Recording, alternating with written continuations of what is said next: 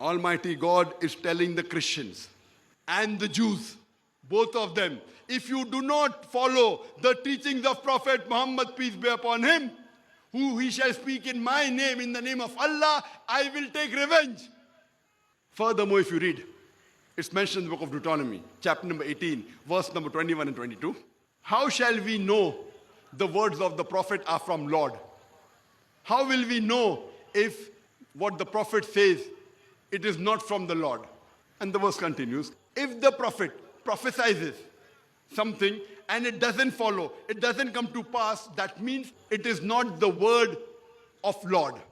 That means, to make it more sure, the prophecy continues, how will we come to know? Maybe anyone will say in the name of God. It may not be the word of God. So how will we come to know whether it's the word of God or not? So the prophecy continues that if the prophet says something, if they prophesy, and if it does not follow, if it does not come to pass, those words are not from Almighty God. And we know everything what the Prophet Muhammad, peace be upon him, prophesied came exactly to the minutest detail. It came out to be true.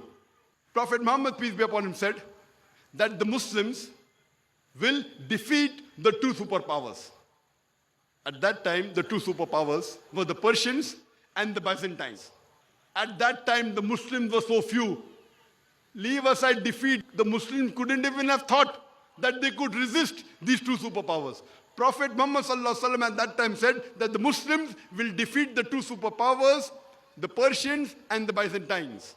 And Alhamdulillah, several years later, the Muslims did defeat the Persians and the Byzantines.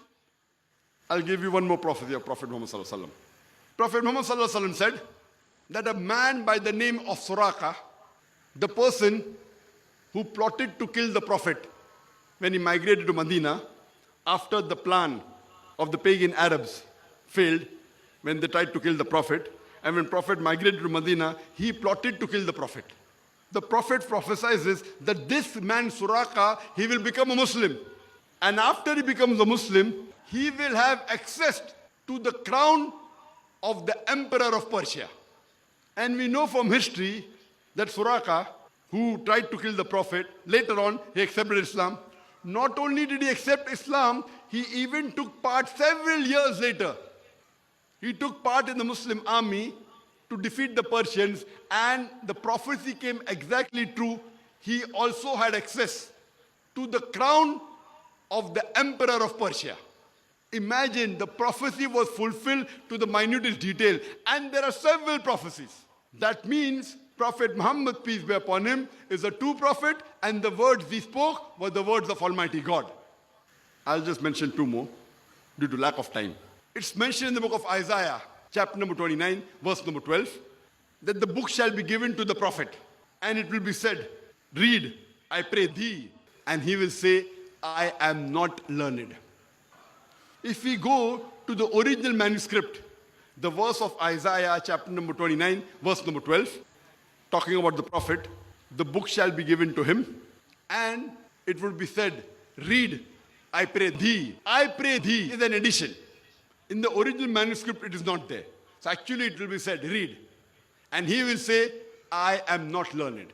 If we know the history of Prophet Muhammad ﷺ, the first revelation of Almighty God, the glorious Quran, which was revealed to Prophet Muhammad, peace be upon him, was by Archangel Gabriel in Gara Hira.